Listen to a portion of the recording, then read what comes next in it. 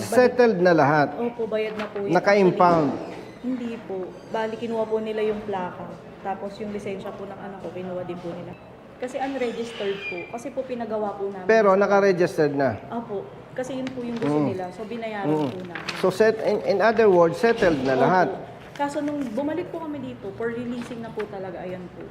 Pag-akit po namin sa third floor, yung warrant, ang sabi po sa amin, ay kailangan yung humingi ng mga deed of sale nung unang owner. Kasi nabili lang po namin second hand po. Kaya nagulat kami, bakit may bigla pong ganun? Eh since okay na po yung papel namin, ilang balik na po kami, ba't inabot po kami nung sabi nila may bagong policy daw po. Eh releasing na nga po. Yung anak po niya na estudyante, may pinapagamit siya na kotse. Settled na yung... Amenable sila doon sa unregistered. Settled na. Di ba? Ngayon, kinumpis kayong license plate and license. Pero ayaw pang i-release. Kasi based doon sa documents, originally, nasaan? Baka nandun. Eh, alam mo, ang mga company talaga, yan ay nagpapa-auction sa Nestle. According to them, nabili yon auction sa Nestle. Sabihin na natin medyo bulok na. 2,000 pa po yung sasakyan. Ngayon, regardless kung ano man yan, eh sabi ng tao mo, staff, hindi pwedeng ma-release yun unless may mga masubmit na documents. Eh, ang sabi ko, kaya ako tumawag sa'yo, hindi sila makasagot. Kung merong written order, policy, directive, memorandum, respetuhin natin yan. Pero kung wala, eh, with respect sa office mo, gusto ko na i-request ma-release. Unless, kung reported stolen or involved sa crimes, wala na akong magagawa doon. Ay, malinis ang record Halimbawa, minamaneho ko yung sasakyan. Ako si Mr. Busita. Nahuli ako ng enforcer mo. So, ang pananaw ng LTO, ako ang may-ari. Ako ang possessor. At Diba? Yes. Then, nasettled ko ang multa. Wala naman kayong makita sa record kung alarmado ito ba ay may other violations, ito pa ay reported stolen, ito ba ay involved sa crimes. Ano ang legal ground ninyo para hindi nyo i-release sa akin? Meron po ba kayong written policy? Parang on the reverse, lang sir. What is the proof na kanya yung sasakyan? Lilinawin ko. Yes, sir. Una, hindi natin dapat kalimutan, public servants tayo. Public service. Ang LTO kaya nandito, public service to regulate vehicles and issue licenses. No. Now, ako po ang nagmamaneho. Nahuli ako ng tao mo. So with that, ang presumption mo, akin yon. Okay. May violations. Sinettle ko. Now, nung masettle ko, if gusto nyo i-prove na ako may-ari, parang may mali ang sistema ninyo. Why? Wala kayong makikita sa record. Yan ba'y alarmado dahil may other violations? Yan ba'y stolen? Yan ba'y involved sa crimes?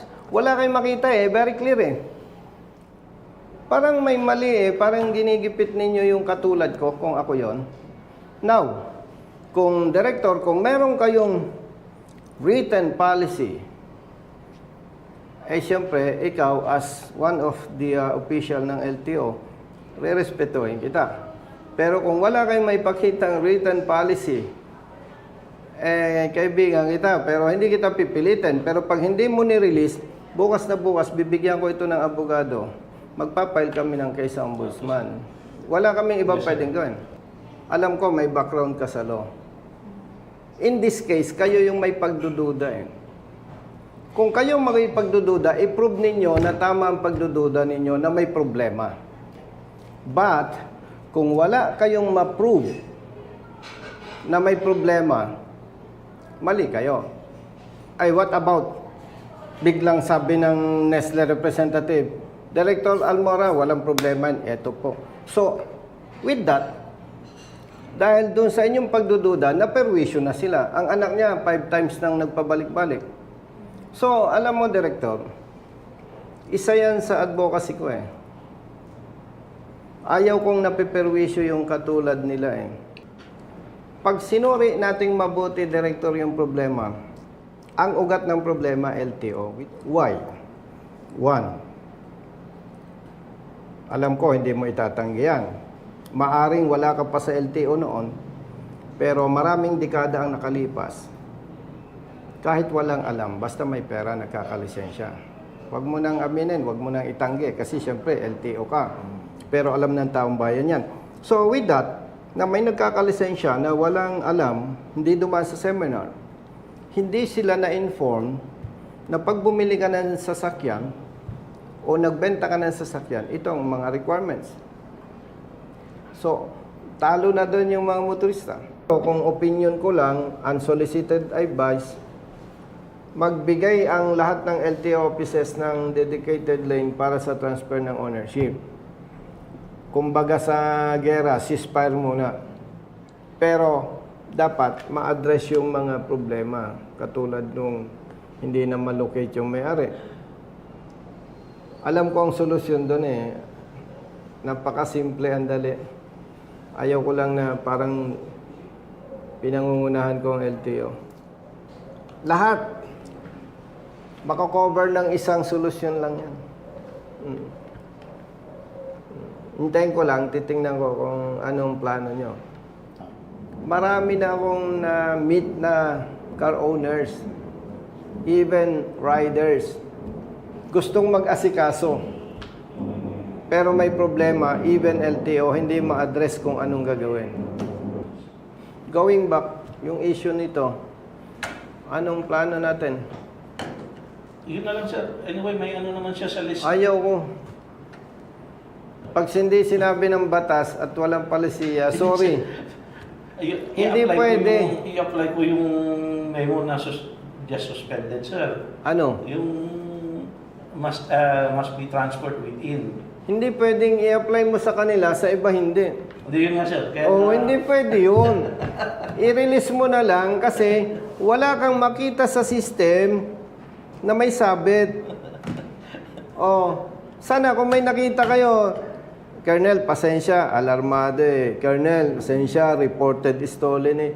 Ang linis ng record eh. Ngayon, sabi mo, i-apply sa kanya yung 11235. Hindi ako papayag. Hindi yung 235. Director, hindi kita inaabuso tungkol dyan. Ang gusto ko lang, may basis tayo, legally. Director, walang... Sige. Release order to transact the transfer of ownership. So, legally, ipaparelease ni Director yung plaka at saka ang lisensya. Pero, bantayan natin yung ilalabas nilang memorandum patungkol dito sa transfer of ownership. Ano, na-renew na nga, ano? Opo, sir. So, settled na. Masalamat tayo. Sige po. Sige po. Maraming salamat. Okay na. Sige po. Okay.